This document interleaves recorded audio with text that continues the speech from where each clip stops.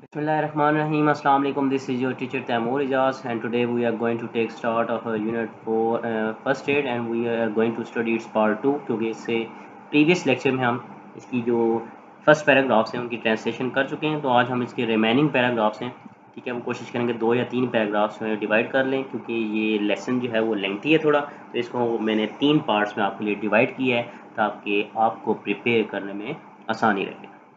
ठीक है जी, ये ट्रांसलेशन आपका बहुत जो है वो ये कहते हैं इम्पोर्टेंट क्वेश्चन है, ठीक है, क्योंकि 9th में जैसे आपके पास चॉइस थी 3 में से आपको 2 पैराग्राफ्स जो हैं वो अटैम्प्ट करने होते हैं। 10th में आपके पास किसी किस्म की कोई चॉइस नहीं होती, एक ही पैराग्राफ आता है, उसी के 8 मार्क्स आप होते हैं और आपको वही अटैम्प्ट करना होता है। तो इससे मैं आपको बता चुका हूँ कि आपके इस दफ़ा स्मार्ट सिलेबस है, ठीक है, आपके 6 या 7 या आई थिंक 8 चैप्टर्स जो हैं वो शामिल हैं, इसमें से एक ये भी चैप्टर है फर्स्ट एड वाला, ठीक है, तो आपके लिए आसानी हो गई है, तो इसको आपने बेहतर तौर पे जो है वो प्रिपेयर करना है। तो चलते हैं अपने आज के लेसन की तरफ।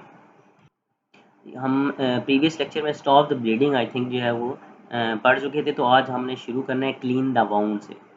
Clean the wound means, wound कहते हैं जख्म को, क्लीन मतलब साफ करना, यानी जख्म को साफ करना। Rinse out the wound with clean water. Rinse out का मतलब होता है धोना, क्लीन वाटर साफ पानी, यानी जख्म को साफ पानी से धोएं। To clean the area around the wound, use soap and a washcloth. To clean the area around the wound, around कहते हैं इर्द गिर्द, ठीक है, यानी जख्म के इर्द गिर्द की जगह को साफ करने के लिए, ठीक है, जख्म को नहीं जी, जख्म के इर्द गिर्द की जगह को साफ करने के लिए क्या करें, यूज सोप, साबुन इस्तेमाल करें, एंड अ वॉश क्लॉथ, और एक धोने वाला कपड़ा इस्तेमाल करें, ठीक है। इसको दोबारा देखें, to clean the area around the wound use soap and a washcloth. जख्म के इर्द गिर्द की जगह को साफ करने के लिए साबुन और धोने वाला कपड़ा इस्तेमाल करें। But soap can irritate the wound, so try to keep it out of the actual wound. Irritate कहते हैं सोजिश पैदा करना, जलन पैदा करना, ठीक है। और आपने देखा होगा जख्म जब आपको होता है ना, तो वहां पे साबुन वगैरह लगे तो वो मजीद दर्द करता है, आपको जलन पैदा हो जाती है। एक्चुअल वोन कहते हैं असल जख्म। But soap can irritate the bone, लेकिन साबुन जो है वो जख्म में जलन पैदा कर सकता है। So try to keep it out of the actual wound, तो इसे असल जख्म से दूर रखने की कोशिश करें, यानी जख्म के इर्द गिर्द की जगह को साफ करने के लिए साबुन यूज़ करें, लेकिन वो एहतियात करनी है कि साबुन जो है वो एक्चुअल जो आपका बाउंड है, एक्चुअल जख्म जो है उसको ना टच करे। If dirt or debris remains in the wound after washing, use tweezers clean with alcohol to remove the particles.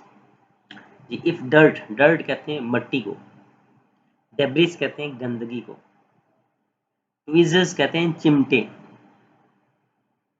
Alcohol को उर्दू में अल्कोहल ही कहेंगे, पार्टिकल्स मतलब जर्रात।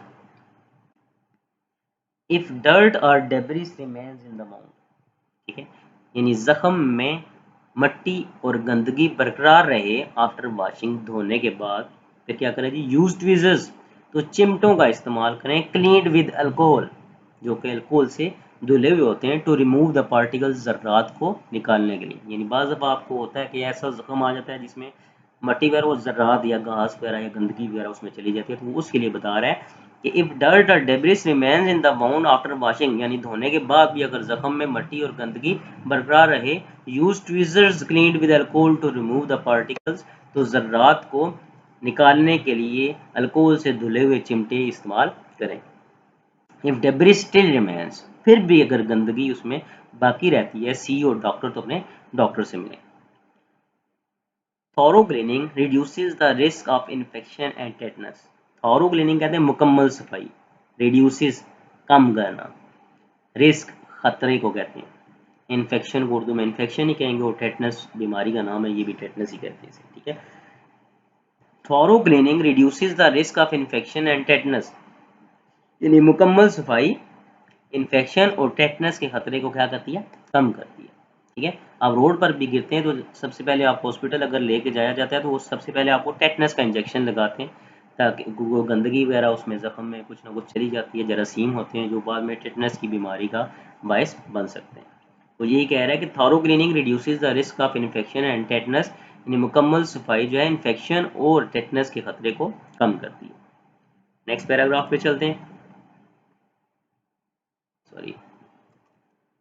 अप्लाई एन एंटीबायोटिक, एंटीबायोटिक कहते हैं जरासीम कुछ दवाई, यानी जरासीम कुछ दवाई का इस्तेमाल करना।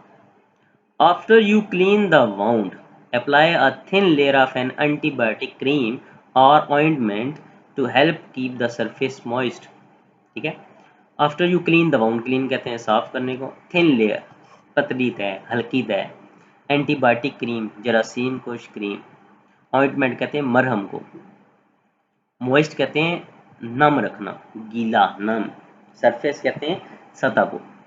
After you clean the wound यानी जख्म साफ करने के बाद apply a thin layer of an antibiotic cream or ointment, तो क्या करें, जरासीम कुछ क्रीम या मरहम की हल्की तह लगाएं to help keep the surface moist, सतह को नम रखने में मदद करने के लिए, यानी जख्म साफ करने के बाद सतह को नम रखने में मदद करने के लिए जरासीम कुछ क्रीम या मरहम की हल्की तह लगाएं। The products don't make the wound heal faster, but they can help your body's natural healing process work fast. Ji products कहते हैं अशिया को, जो हील कहते हैं बेहतर करना, मुंदमिल करना, फास्टर मतलब तेजी से, नेचुरल हीलिंग प्रोसेस, हीलिंग कहते हैं ठीक करना बेहतर करना, प्रोसेस कहते हैं अमल को। The products don't make the wound heal faster, ये उन प्रोडक्ट की बात हो रही है एंटीबायोटिक क्रीम और ऑइंटमेंट की, ये अशिया जख्म को तेजी से ठीक नहीं करती, but they can help your bodies natural healing process work fast, बल्कि ये आपके जिस्म ठीक करने के कुदरती अमल को क्या करती हैं, तेज़ करने में मदद करती हैं। ठीक है, यानी ये बजाते खुद जो क्रीम या एंटीबायोटिक क्रीम या ऑइंटमेंट होता है, ये ज़ख्म को बजाते खुद ये अशिया ठीक नहीं करती, बल्कि जो आपके जिस्म का ज़ख्म ठीक करने का कुदरती अमल है उसको तेज़ करने में, उस जिस्म के अमल को तेज़ करने में मदद करती है। ठीक है, इसको एक दफ़ा फिर देख लें। The products don't make the wound heal faster, यानी ये अशिया ज़ख्म को तेज़ी से ठीक नहीं करती, but they can help your bodies natural healing process work fast, बल्कि ये आपके जिस्म के ज़ख्म ठीक करने के कुदरती अमल को तेज़ करने में मदद करती हैं। Certain ingredients in some ointments can cause a mild rash in some people. Ingredients कहते हैं अज्जा, जुज़ की जमा है, ऑइंटमेंट्स मरहम कहते हैं, कॉज अ माइल्ड, माइल्ड कहते हैं हल्की, रैश कहते हैं सोजिश को। In certain ingredients in some ointments, ठीक है, यानी कुछ मरहमों में कुछ कई अज्जा जो हैं क्या कहते हैं, can cause a mild rash in people, कुछ लोगों में हल्की सोजिश की वजह बन सकते हैं, यानी कुछ लोगों को उससे एलर्जी होती है तो वो सोजिश की वजह बन सकते हैं। इसको दफ़ा फिर देखें, certain ingredients in some ointment can cause a mild rash in some people, यानी कुछ मरहमों में बाज़ अज्जा कुछ लोगों के लिए हल्की सोजिश की वजह बन सकते हैं। If a rash appears stop using the ointment, अगर सोजिश ज़ाहिर होती है तो वो मरहम इस्तेमाल करना रोक दें। जी नेक्स्ट है cover the wound, cover the wound मतलब जख्म को ढांपना। Bandages can help keep the wound clean and keep harmful bacteria out, bandages कहते हैं पट्टियों को, bandages can help keep the wound clean, यानी पट्टियां जो हैं वो जख्म को साफ रखने में मदद कर सकती हैं, and keep harmful bacteria out, और नुकसानदेह जरासीम को बाहर रखने में, यानी पट्टियाँ जख्म को साफ रखने और नुकसानदेह जरासीम को बाहर रखने में मदद कर सकती हैं। After the wound has healed enough to make infection unlikely, exposure to the air will speed wound healing. After the wound has healed enough, यानी ज़ख़म इस हद तक ठीक हो जाए to make the infection unlikely, कि उसमें इन्फेक्शन का ख़तरा बाकी ना रहे, exposure to the air, exposure कहते हैं खुला छोड़ देना, तो हवा में उसे खुला छोड़ देना, विल स्पीड वाउंड हीलिंग, ज़ख़म को तेज़ी से ठीक कर देगा। यानी बाज़ दफ़ा आपने देखा होगा कि ज़ख़म में अगर वो छिलका ऊपर आना शुरू हो जाए, तो आप हल्का हल्का छिलका आना शुरू हो जाए तो आप उस पर से पट्टी बेशक उतार दें, वो जल्दी ठीक हो जाएगा। वो यही कह रहा है कि after the wound has healed enough to make infection unlikely, यानी ज़ख़म इस हद तक ठीक हो जाए कि उसमें इन्फेक्शन का खतरा बाकी ना रहे, exposure to the air will speed wound healing, तो उसे हवा में खुला छोड़ देना उसे तेज़ी से ठीक कर देगा। ठीक है जी, उसके बाद नेक्स्ट दिया हुआ है चेंज द ड्रेसिंग, ड्रेसिंग भी पट्टी को कहते हैं। Change the dressing at least daily और व्हेनेवर इट बिकम्स वेट और डर्टी, यानी पट्टी को रोजाना या जब भी ये गीली या गंदी हो जाए तो इसको क्या करें, तब्दील करें। If you are allergic to the adhesive used in most bandages, switch to adhesive-free dressing or sterile gauze held in place with paper tape, gauze roll or loosely applied elastic bandage.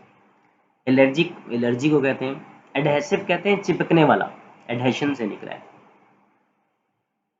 Switch to क्या करें, तब्दील करें। Adhesive free dressing यानी बगैर चिपकने वाली पट्टी। Sterile gas कहते हैं जालीदार पट्टी को। गैस रोल कहते हैं जालीदार role.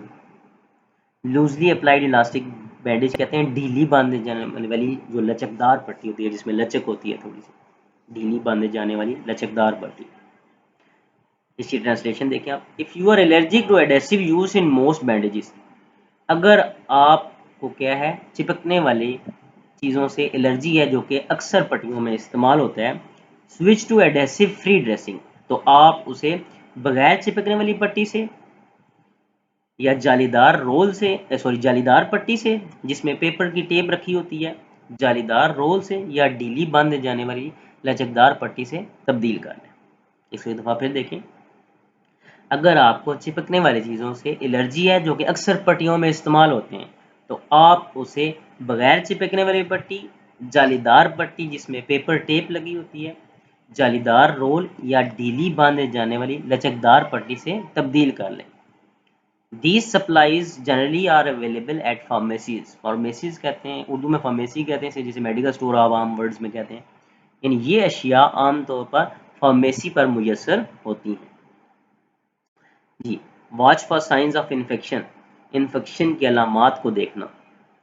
See your doctor if the wound is not healing or you notice any redness, increasing pain, drainage, warmth or swelling। जी, रेडनेस कहते हैं सुर्खी को, इंक्रीजिंग पेन कहते हैं दर्द का बढ़ना, ड्रेनेज कहते हैं जख्म का रसना जो पानी निकलता है उसमें से, वार्मथ कहते हैं तपिश को, स्वेलिंग कहते हैं सूजिश को, सोजन जिसे कहते हैं जी।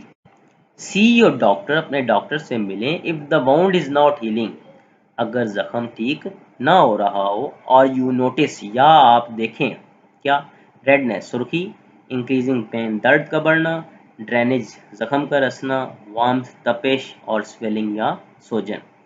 यानी अगर आपका जख्म ठीक ना हो रहा हो या आप उसमें सुर्खी, दर्द का बढ़ना, जख्म का रसना, तपिश या सोजन देखें तो अपने डॉक्टर से मिलें। ठीक है जी। आई होप सो कि आपको यहाँ तक ट्रांसलेशन जो है वो समझ आ गई होगी। तो मैंने अपनी तरफ से कोशिश की है कि इसको कम करूँ ताकि ये ट्रांसलेशन जो थोड़ी सी टफ है आप इसको ईजीली प्रिपेयर कर सकें। इट्स ऑल फॉर टुडे जी। थैंक यू एंड अल्लाह हाफिज़।